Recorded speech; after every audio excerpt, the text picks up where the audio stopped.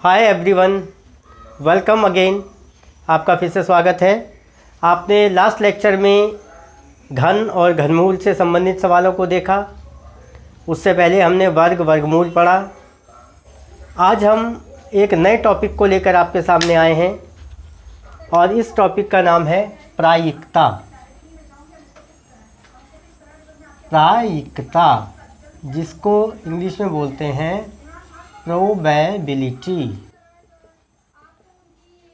या संभावना भी हम इसको कह देते हैं। प्रायिकता या प्रोबेबिलिटी क्या होती है? देखिए, संभावना होती है कि किसी भी घटना के घटित होने या न होने की जो भी संभावनाएं होती हैं उसको हम प्रोबेबिलिटी कहते हैं। संभावनाएं कई तरीके से हो सकती हैं। जैसे एक सिक्का है, सिक्के को यदि हम उछालते हैं तो उसमें हेड कितनी बार आए, टेल कितनी बार आए, उसकी संभावना। या पासा आप देखते हैं, लूडो का जो पासा है उसको फेंकेंगे तो उसके फेंकने पर किसी अक्षर के आने की क्या प्रोबेबिलिटी है। इस तरीके से संभावनाएं दैनिक जीवन में भी होती हैं। जैसे कभी आप आकाश में बादल देखते हैं तो आप एक संभावना व्यक्त करते हैं कि आज बारिश हो सकती है। कभी आप किसी बच्चे को बहुत लगन से पढ़ते हुए देखते हैं तो आप एक संभावना व्यक्त करते हैं कि ये बच्चा आगे जाकर टॉप करेगा। कभी किसी क्रिकेट खिलाड़ी को अच्छा खेलते हुए देखते हैं तो आप संभावना व्यक्त करते हैं कि ये मैच को जिता ले जाएगा। तो यही हमारी प्रोबेबिलिटी हुई। यानी हम कह सकते हैं कि किसी घटना के घटित होने या न होने की घटना को हम प्रोबेबिलिटी कहते हैं। अब हम बात करते हैं, जैसे सिक्का होता है, कॉइन जो होता है, तो कॉइन के दो तल होते हैं। देखिए, मैं आपको कॉइन दिखाता हूँ। ये देखिए, कॉइन के दो तल हैं। एक तो ये दिख रहा होगा आपको, जिसमें जो है शेर बन रहा है, अशोक स्तंभ इसको कहते हैं। और दूसरी तरफ आप देख रहे हैं ये वन, ऐसे अंगूठे के साथ वन बना हुआ है। ये देखिए कॉइन, एक तरफ आपने देखा कि ये शेर बना है और एक तरफ आपने देखा कि ये वन बना हुआ है। तो एक सिक्के में सबसे पहले आपको ये ध्यान रखना है कि कितने तल होते हैं? दो तल होते हैं, जो हमने अभी आपको सिक्के में दिखाए। एक को हम चित्त कहते हैं और एक को हम पट कहते हैं। तो चित्त कौन सा है? चित्त ये है, जिस तरफ अशोक स्तंभ बना हुआ है इसको हम चित्त कहते हैं और इसको हम पट कहते हैं। चित्त से मतलब ये है कि इसको हम शीर्ष भी कह देते हैं, इसको हम हेड भी कह देते हैं और इसको हम देसी भाषा में मूर्त भी कह देते हैं। देसी भाषा में क्या देते हैं? मूर्त। ठीक है, इंग्लिश में हेड, शीर्ष या चित्त। दूसरी साइड आए हम, इसको हम पट भी कहते हैं, पुच्छ या पुंछ भी कह देते हैं, टेल भी कह देते हैं और देसी भाषा में सन भी हम कह देते हैं, क्योंकि इधर सन लिखा हुआ रहता है। तो आपको ये पता लगा कि किसी भी सिक्के में दो तल होते हैं। अब हेड जो होता है उसको हम एच से डिनोट करते हैं। हेड को हम किससे डिनोट करते हैं? एच से डिनोट करते हैं, प्रदर्शित करते हैं। और टेल को हम टी से डिनोट करते हैं। यानी हेड के लिए हम एच लिखते हैं और टेल के लिए हम टी लिखते हैं। अब देखिए, यदि रैंडमली से मतलब अचानक, यदि हम अचानक किसी सिक्के को उछालें तो उसके उछालने पर, मान लीजिए इस सिक्के को हम उछालते हैं, एक सिक्का हमारे हाथ में है, इसको उछालने पर हेड की प्रायिकता कितनी होगी और टेल की प्रायिकता कितनी होगी, या उसके टेल आने की प्रायिकता क्या होगी। तो यदि हम एक सिक्के को उछालेंगे तो यदि हम उसकी प्रायिकता की बात करें तो देखिए, या तो उसमें हेड आएगा या उसमें टेल आएगा। एक सिक्के को यदि हम उछाल रहे हैं तो उसमें या तो हेड आएगा या टेल आएगा। यानी जो कुल संभावना स्थितियां हैं वो हमारी ये होंगी।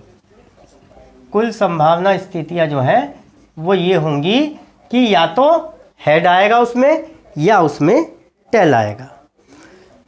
अब हम बात करते हैं हेड आने की संभावना, या हम इसको कहते हैं कि हेड आने की प्रायिकता भी कह सकते हो आप,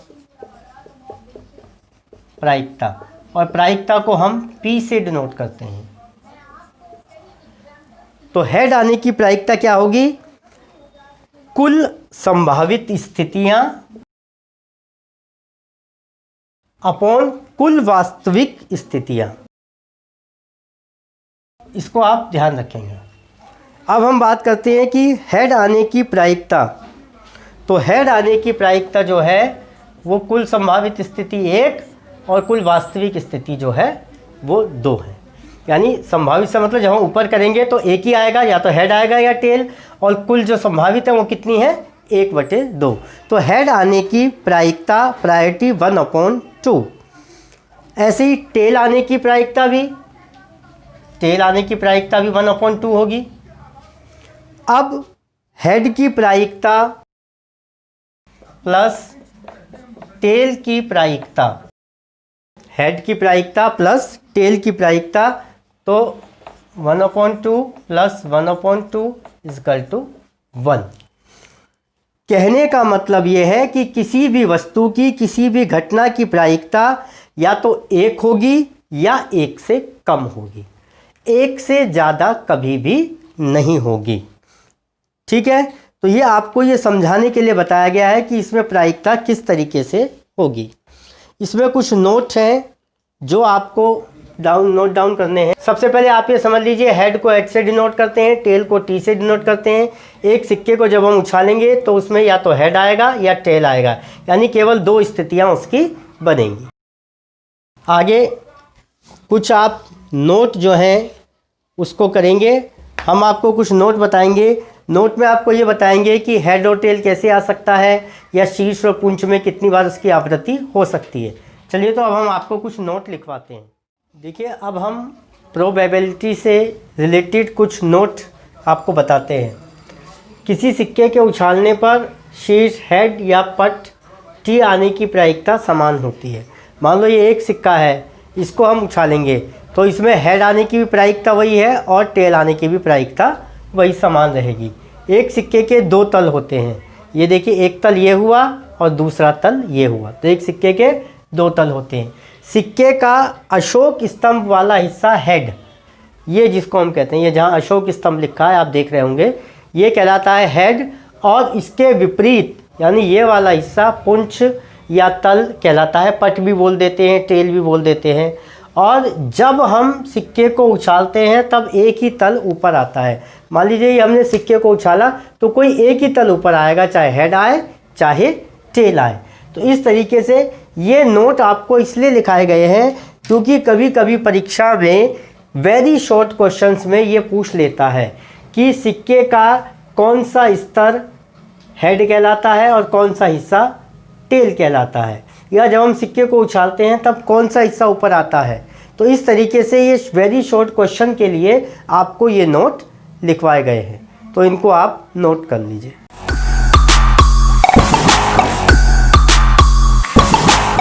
आइए अब आगे हम चलते हैं।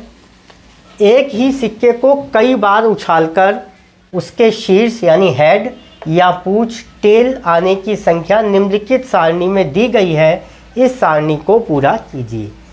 देखिए, सिक्के के उछालों की संख्या यानी सिक्के कितनी बार उछाले गए, 20 बार उछाले गए। चित्त आने की संख्या कितनी दी है उसने, 12। और पट आने की संख्या वो पूछता है। तो सिंपल है, सिक्के कितनी बार उछाले गए, 20, और चित्त कितनी बार आया, 12। तो 20 में से 12 माइनस कर दो तो जो रह जाएगा वो क्या आ जाएगा, पट यानी टेल आने की संख्या वो हो जाएगी। आगे आइए, सिक्के के उछालों की संख्या कितनी है, 30, और टेल कितनी बार आया है, पट कितनी बार आया है, 17।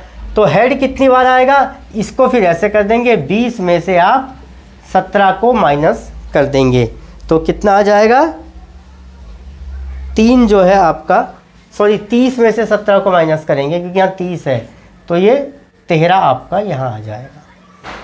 समझ लीजिएगा। देखिए, 20 बार के उछाले, 12 बार हेड आ गया, तो टेल कितनी बार आएगा, तो 20 में से 12 घटा दो, जो बचेगा उतनी बार पट आएगा। ऐसे ही 30 बार सिक्का उछाला, पट आया 17 बार, तो हेड कितनी बार आएगा, तो 30 में से 17 घटा दीजिए, जितनी बार बचेगा उतनी बार हेड आएगा। अब यहाँ आ जाइए, यहाँ उछालों की संख्या निकालनी है और आपको चित्त भी दिया हुआ है, पट भी दिया हुआ है, तो क्या करेंगे, इन दोनों को जोड़ देंगे, यानी 22 और 18 को जोड़ देंगे, तो उछालों की संख्या कितनी आ जाएगी, 40। ऐसे ही आगे आ जाइए, यहाँ भी चित्त आने की संख्या दी हुई है आपको, पट आने की संख्या 32 दिया हुआ है, 28 दिया हुआ है। उछालों की संख्या निकालनी है तो यहाँ भी आप क्या करेंगे, 32 जमा 28, तो ये आ जाएगा 60। ठीक है, अब यहाँ आ जाइए, उछालों की संख्या कितनी है, n। चित्त आने की संख्या कितनी दी है उसने, m। तो पट आने की संख्या क्या हो जाएगी, जैसे ऊपर किए हमने, जैसे ये सम किया हमने, ये हमें 20 दिया था, ये चित्त 12 थे, तो 20 में से 12 8, ऐसे यहाँ n में से m को हम माइनस कर देंगे। ये सम एक बार आ चुका है आपकी परीक्षा में, बहुत आसान है। इसी तरीके के सम आपको सिक्के से रिलेटेड जो है, एक सिक्का, दो सिक्का, तीन सिक्का, इस तरीके से कुछ सम आएंगे। बड़ा सिंपल है, उछाल में से जो चित्त आया उसको घटा दोगे तो पट आ जाएगा, उछाल में से पट को घटा दोगे तो चित्त आ जाएगा, और चित्त और पट दोनों को जोड़ दोगे तो उछाल आ जाएगा। बहुत ही सिंपल तरीके से ये आपको समझाया गया है ताकि ये आपके समझ में आ जाए। अब आगे करते हैं, आगे का सम चलते हैं। अब हम देखते हैं, जब हम दो सिक्कों, अभी तक हमने एक सिक्के की बात की थी, जब हम दो सिक्कों को रैंडमली उछालते हैं, रैंडमली से मतलब कि अचानक को अचानक उछालने पर आने वाली संभावित स्थितियों की संख्या हम देखते हैं। ठीक है, यानी जब हम दो सिक्कों को रैंडमली मतलब अचानक ही हमने उछाल दिया तो उसमें क्या क्या स्थिति बन सकती है। तो देखिए क्या क्या स्थिति बन सकती है उसमें, हेड टेल आ सकता है, टेल और हेड आ सकता है, हेड आ सकता है, या टेल आ सकता है। यही संभावना बनेगी। भाई मान लीजिए दो सिक्के हमने ऊपर उछाले, तो जब वो नीचे गिरेंगे तो या तो एक के ऊपर हेड होगा, एक के ऊपर टेल ये होगा, या उसके ऊपर टेल होगा, उसके ऊपर हेड, या दोनों के ऊपर हेड होगा, या दोनों के ऊपर टेल। तो कुल स्थितियाँ कितनी बनी है इसकी, 4। देखिए चाहे एक सिक्का हो, दो सिक्का हो, तीन सिक्का हो, 4 सिक्के हों, उनकी कुल स्थितियाँ कितनी होंगी, इसके लिए एक फार्मूला आपको याद रखना है। कुल स्थितियों की संख्या, इसको आप इस तरीके से याद रखेंगे, 2 की पावर n,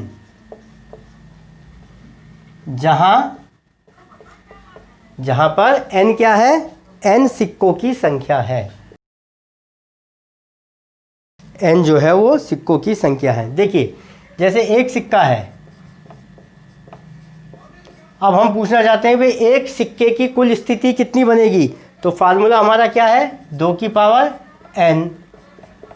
2 सिक्का कितना है हमारा, 1, तो ये हो जाएगा 2 एकम 2।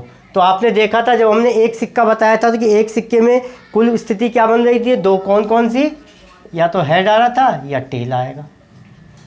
अब मान लीजिए 2 सिक्के हैं, तो 2 सिक्के में 2 की पावर n सिक्कों की संख्या है, 2 की पावर 2, तो ये कितने हो जाएंगे, 4। और ये 4, ये वाली स्थिति आप देख ही रहे हैं, या तो हेड टेल, या tail head, head head, tail tail. मान लीजिए 3 सिक्के हैं, तो 3 सिक्के में कितनी स्थिति बनेंगी, तो इसको भी ऐसे करेंगे, 2 रेज़ टू पावर n, 2 की पावर सिक्के कितने हैं, 3, तो 2 दूनी 4 दूनी 8, तो ये कितनी बन जाएंगी, 8। ऐसे ही मान लीजिए 4 सिक्के हैं, 4 सिक्कों में कुल स्थिति कितनी बनेंगी, तो 2 raise to power n, 2 raise to power सिक्के कितने हैं, 4, तो 2 दूनी 4 दूनी 8 दूनी 16। तो इस प्रकार आप कुल स्थितियां निकाल सकते हैं 2 रेज़ टू पावर n से। ठीक है, तो हमने ये देखा 2 सिक्के का देख लिया, एक सिक्के का देख लिया। अब हम बात करते हैं 3 सिक्कों की। अब हम बात करते हैं 3 सिक्कों को रैंडमली उछालने पर, 3 सिक्कों को रैंडमली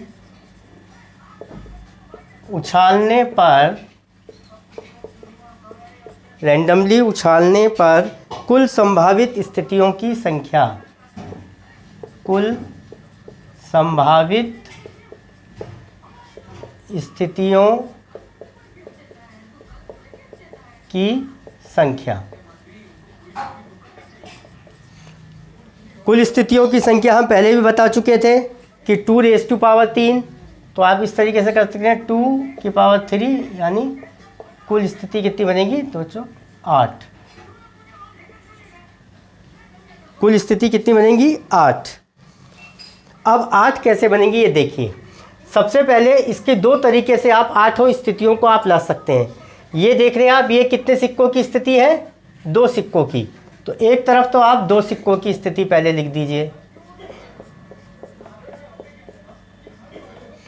ये 2 सिक्कों की स्थिति लिख दी।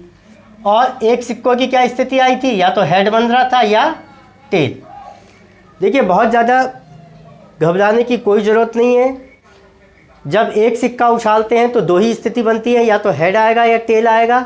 जब आप 2 सिक्के उछालेंगे तो ये 4 स्थिति बन सकती है। देखिए एक में हेड टेल आ गया, एक सिक्के में हेड, एक में टेल है, या उस वाले में टेल आ गया, इसमें हेड आ गया, या दोनों में हेड आ गया या दोनों में टेल। यही बनेंगी स्थितियाँ। कोई बहुत ज़्यादा सोचने विचारने की बात नहीं है। एक सिक्के की और 2 सिक्के में कोई सोचने की विचार नहीं है। 3 सिक्के में कितनी स्थिति कैसे बनेंगी, इसके लिए मैं आपको बता रहा हूँ। सबसे पहले आपने जो 2 सिक्कों की स्थिति है वो लिख ली, उसके बाद आपने एक सिक्के की स्थिति लिख ली। अब आपने क्या करना है कि इसकी मल्टीप्लाई इसमें करनी है। यानी ये h जो है ना, ये h t ये हो गया, ये h इसमें करा h t h ये हो गया, फिर ये h इसमें आया h ये हो गया, फिर ये h से इसमें करा h t t ये हो गया।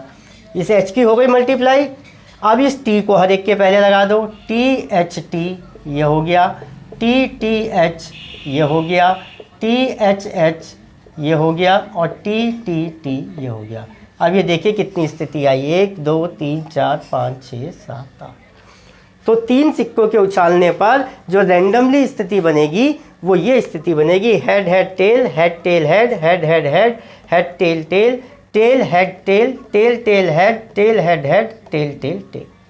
बहुत सिंपल है, क्योंकि एक की आपको पता है, 2 की आपको पता है। इनको अगल बगल लिख के इस h से इसमें गुणा, गुणा से मतलब है कि जो लिखा हुआ उससे पहले हर एक में h लगा दो, फिर जब वो ख़त्म हो जाए हर एक में t लगा दो। तो कुल 8 स्थितियाँ आपके सामने आ जाएंगी जो 3 सिक्कों को रैंडमली उछालने पर बनती है। एक बार इसको आप देख लीजिए, समझ लीजिए।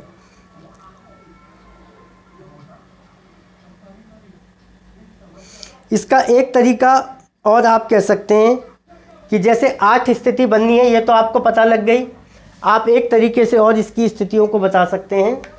ये तो हो ही गया आपका, 8 स्थितियां बनती हैं।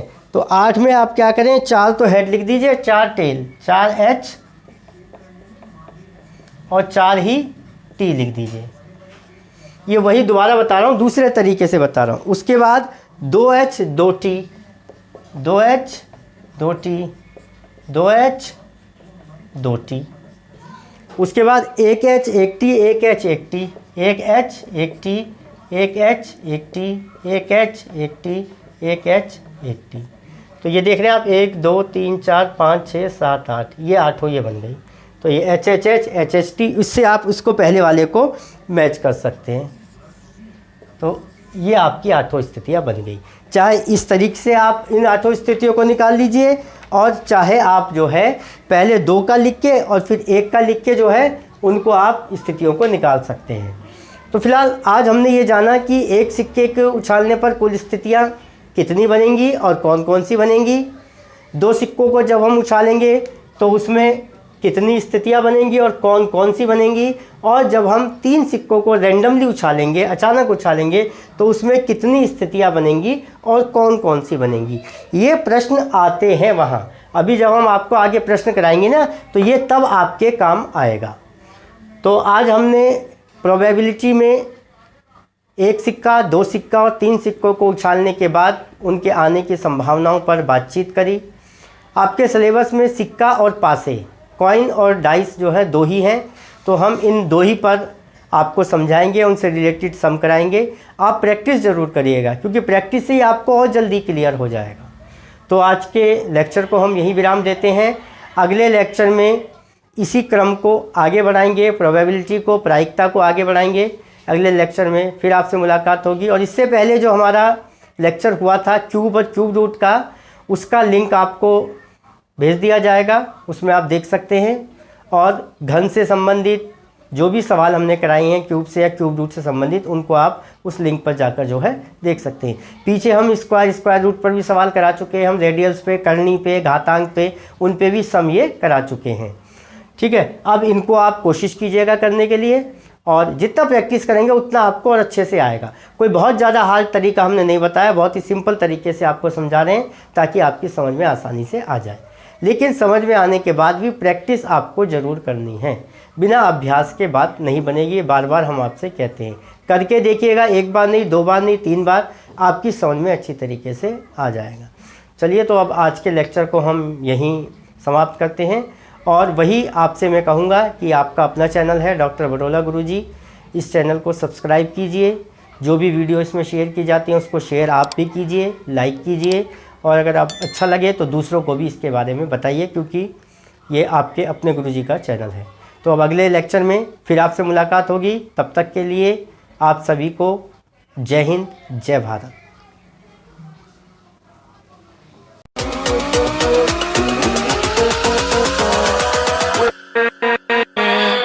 With